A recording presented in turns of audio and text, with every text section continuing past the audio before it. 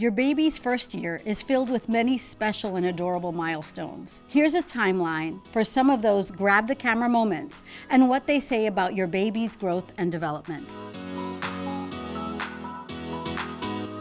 A baby's smile is one of the most adorable and heartwarming milestones that happens at around 1.5 to 2 months. But they're also a sign that the parts of your baby's brain that control eyesight and muscle movements are booting up. They're starting to understand the positive emotions that go along with smiling, and that making one can get them plenty of attention. So encourage them by smiling at them as often as you can, and of course, acting surprised and pleased when they smile back. Laughing occurs at around 3 to 6 months, once your child has gained enough control of their vocal cords.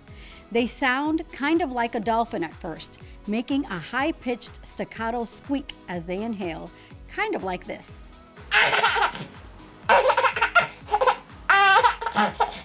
The reason is their larynx is still small and floppy, and they don't have good control over it yet.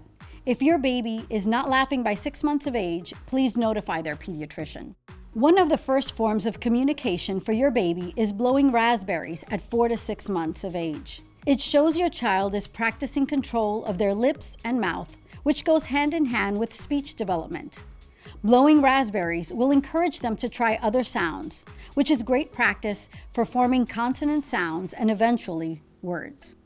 It's no secret that babies explore things by putting them in their mouths, including their own feet. Between 4 and 8 months, seeing your baby eat their feet or suck on their toes is a memorable milestone, not only for its cute factor, but also because it promotes body awareness and is a way for babies to self-soothe. So don't discourage this behavior, but don't be concerned if they never do it, because not all babies do. Imitation is one of the best ways for your child to learn about the world.